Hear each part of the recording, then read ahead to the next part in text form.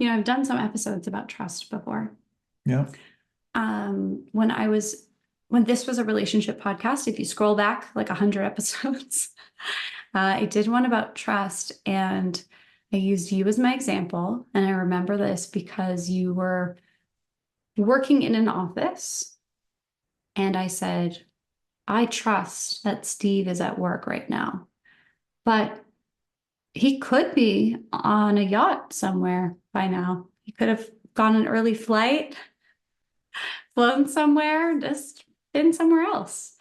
So I think we should link to that in Yeah. this. It's probably fun, and you can see how far we've grown and how far we've come. But I think the ideas about trust are sound, and we're going to talk about trust today.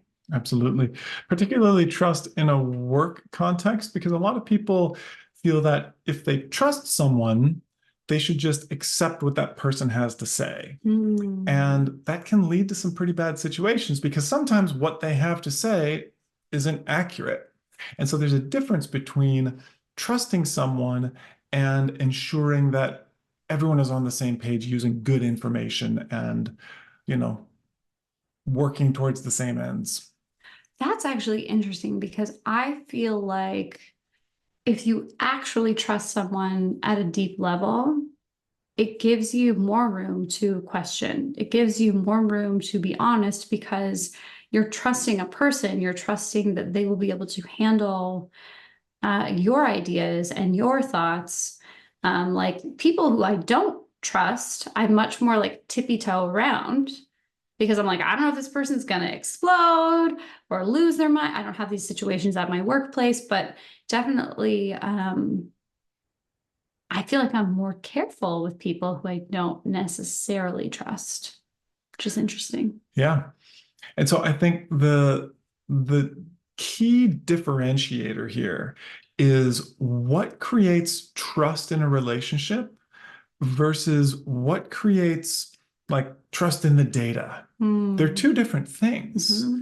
and yet we often mix them up, right? So trust in a relationship, trust in a person comes down to believing in their integrity because you've seen that they have integrity, believing that they have your best interests in mind as well as their own. So when they share something, they aren't trying to get one over on you. They aren't trying to trick you in any way. You believe that you're on the same team, right? Trust in somebody in a relationship means we're on the same team. And without that, there is no work that can be done, right? You can't buy from that person. You can't work with that person because you'll never know. You'll never feel safe in actually putting your energy behind them, supporting them, saying yes to their proposals or anything, because it might not be in your best interests. Okay, that sounds good, but I actually see it a different way. Yeah. Um, I think that's beautiful, but I think the way that I've watched this kind of go down for a lot of people in relationships and like business or personal relationships is that sometimes it's more helpful not to think of trust as this like blanket where you either have it or you don't. It's like all or nothing. But actually think about trust as more of like, I don't know why this is the image that's coming. It's not a one fabric blanket, it's a quilt. There's like little patches where you can trust different facets of a person, their ability to do different things, but it's complicated. And sometimes you shift things around. Like I can trust that my children love me. I can trust that they will, for the most part, brush their teeth when I ask them to, for the most part. But I don't trust them to drive the car because they're 6 and 8. They don't have that skill. They don't know what they're doing. It would be foolish of me to trust them to do that. doesn't mean I don't trust them and their hearts as people, but like, I actually think that sometimes it's more helpful to like be really specific about what we're talking about, because there are things that I trust people. I would trust them with my life, but like I wouldn't maybe trust them to cook a nice dinner. Not you specifically, you can cook. Well, and the idea, one of my favorite books that addresses this specifically, they talk about task relevant maturity, Yeah. right? And so if you're talking to your CMO and they say, here's the data on the campaign and here's, anything about marketing, they should be at a level where you can just fully trust that information. Now, that's not to say that you can't question it and say, well, show me more about that. Where did you get it? And really dive into that detail. But their maturity for the task of marketing is really high. And so you don't need to follow along or give them any instruction necessarily. Whereas someone who's brand new in a marketing role at your company, their maturity for how you do marketing is going to be very low. And so they'll need the step-by-step checklist. They'll need to run their work by you before they ship it, until such point comes where they are writing the checklist and they are the one overseeing the work that's being shipped. But that's going to come through time in that task as they mature.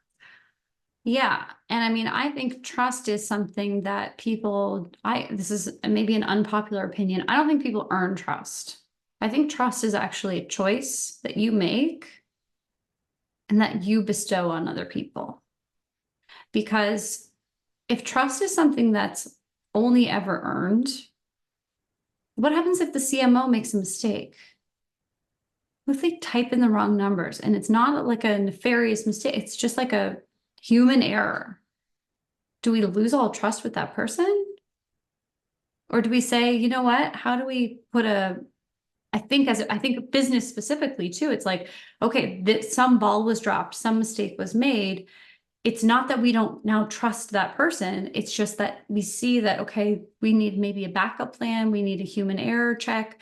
Maybe we do need a second person. Maybe that new marketing person should just double check the numbers for a little while so we make sure that we're not missing something important.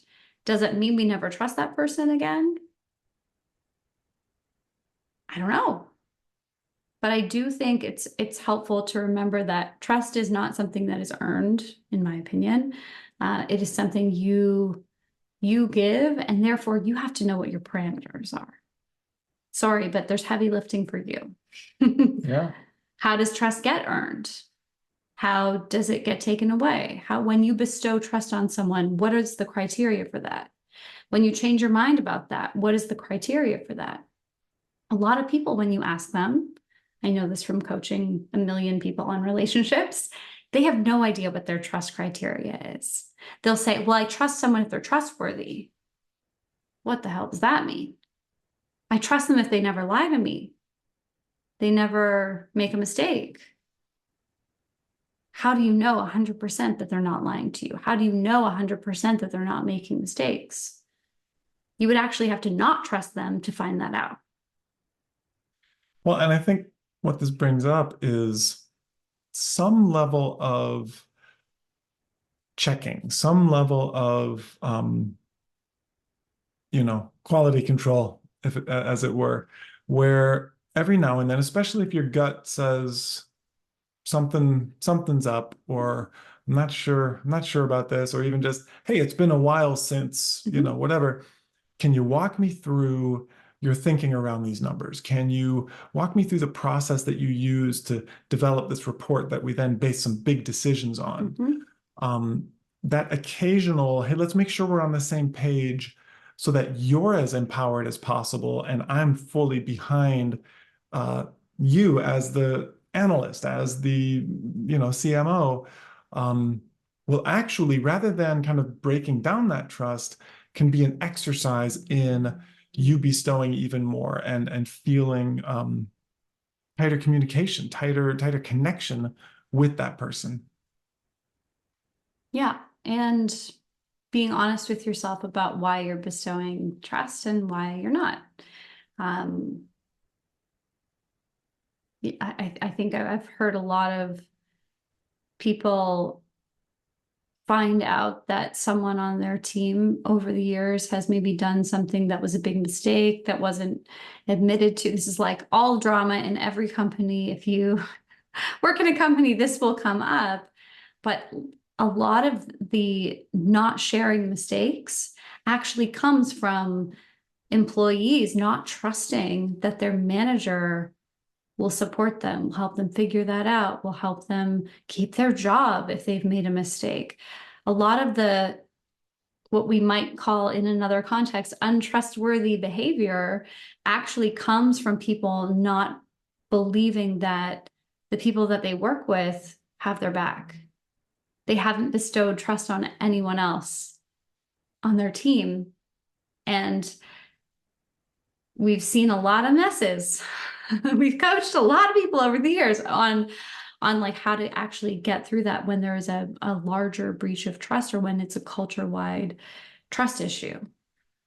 It is not about ticking boxes and never making mistakes. It really is a choice and the ability of the leader in that situation to demonstrate how they are living up to the values of the business and the team.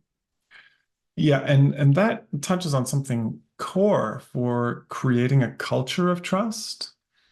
And that is if you're willing to acknowledge your own mistakes, then others are going to be able to do the same, right? If you are unimpeachable in any way, you've never messed up, you've never sent an email to the wrong list or with the wrong link or, somehow screwed it up, your people will brush everything under the rug and then things will blow up in their face and then you'll just have to let them go because they were not forthcoming or trustworthy.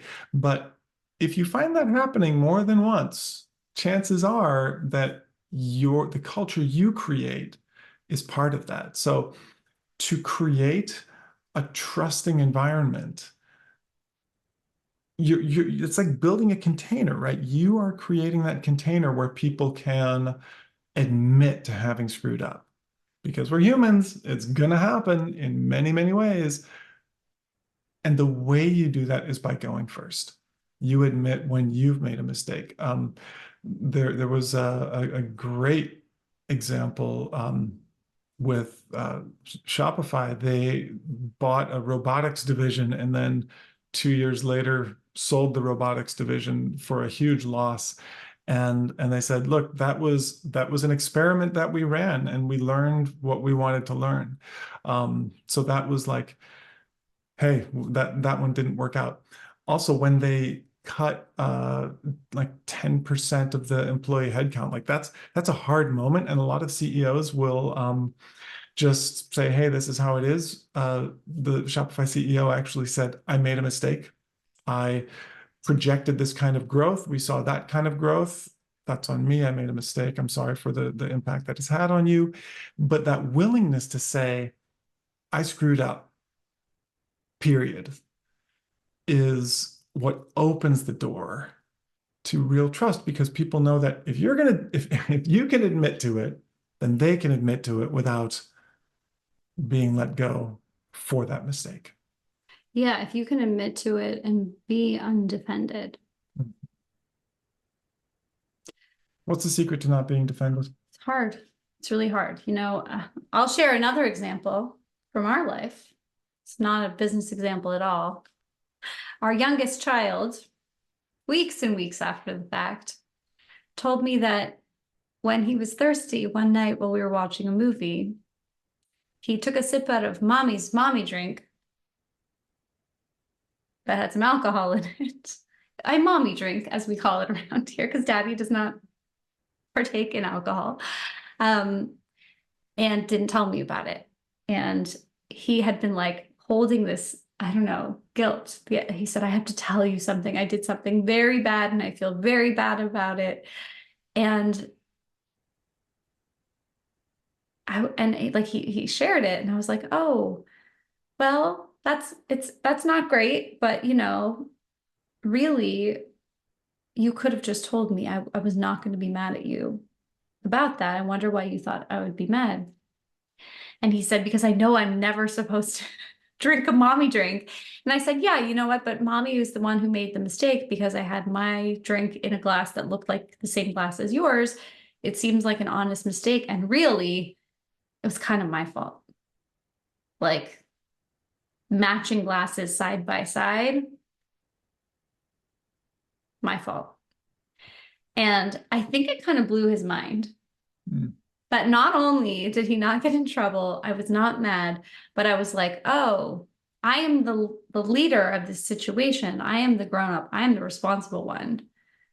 He had a little sip of some watered down something, but felt like he couldn't tell me. It was like a good reflection moment for me. But I think I handled it really well because I was undefended. I said, actually, always tell me because I need to know if it had been something else, maybe that would have been bad. But I it was really my fault. Bad leadership on mommy's part. And I was not crying over it. I was not guilting myself. I was not saying I'm a terrible mother. Maybe I'll get it right. People will write to me and tell me I'm a terrible mother, but like, I'm not going to feel bad about that because I'm like, I have created a culture in my house where at least he came to me at some point. And that is what I want. And it was my fault. Well, and you lead the way with, like, you demonstrate how to apologize when you make a mistake, right? Which is often. For all of us. Yes. But you show the kids what it looks like to just take responsibility for something that you weren't happy with how you handled it. Yeah. Yeah. That was not easy to learn. That was hard. And I realized that behaving in ways I don't want to behave and then just brushing it under the rug was the exact opposite to what I would teach my kids. Like if they were rude or mean or just in a grumpy mood and said something mean to somebody else in the household, I'm like, we have to apologize. We have to clean that up. We have to like make that right. And I realized that that was never going to happen unless I said, hey, you know what? I was grumpy earlier. I just ignored everybody. I was feeling grumpy and I'm sorry. And it's not okay to do that. And I'm sorry. And so then in the culture that you're creating as a leader, dear listener, like you could take a page out of Erin's parenting book, I don't know if we want to go that far, at least Steve. in this No. situation. And Put your drinks in different cups than your kids, though. That's my parenting it's called tip for the setting day. people up for success. Setting your team up for success. Different glasses. But yeah, like the fact that you lead by example with how you want mistakes to be handled Yeah. is what creates a culture where at least it's possible for someone to go there. Not that our kids ever actually apologize for bad behavior on their own. They will. They'll come around to it. Yeah. But No, that's not true. yeah, I got an apology for some rude looks yesterday by one of our kids. Mm. Yeah, just unprompted. But that's only happening because you and myself, to whatever degree I can. He never makes mistakes, so he doesn't have to apologize. He never has to. I don't even know why you're saying that. You have to. You don't need to apologize probably as much as I do. Interesting. Yeah, there's not a lot of family proclamations of that wasn't my best moment, everybody. I've had my share. I've had plenty though. And it's those moments of humility and grace for yourself that open the door for others to do the same. So if you want more trust in your workspace, recognize the difference between questioning the data or the work product and questioning the person and their integrity and their intent, and make the room for it by creating that culture yourself. Yeah. Yeah. Just make it easy to be a human, whether you're at home or in the workplace. It won't feel good the first few times you do it. But yeah, if you want to trust someone, you want to bestow your trust, and it's feeling hard, you can share why. You can share what you need to feel comfortable offering that trust as well. The key is to be human and to communicate.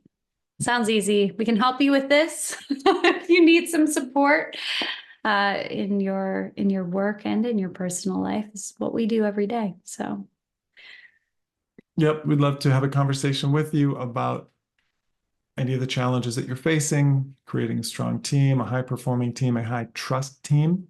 Head over to besuperabound.com/consultation to book your free 30-minute visionary meeting where you can actually connect with that leader that you want to become. And we will see you there. Thanks for listening. take care.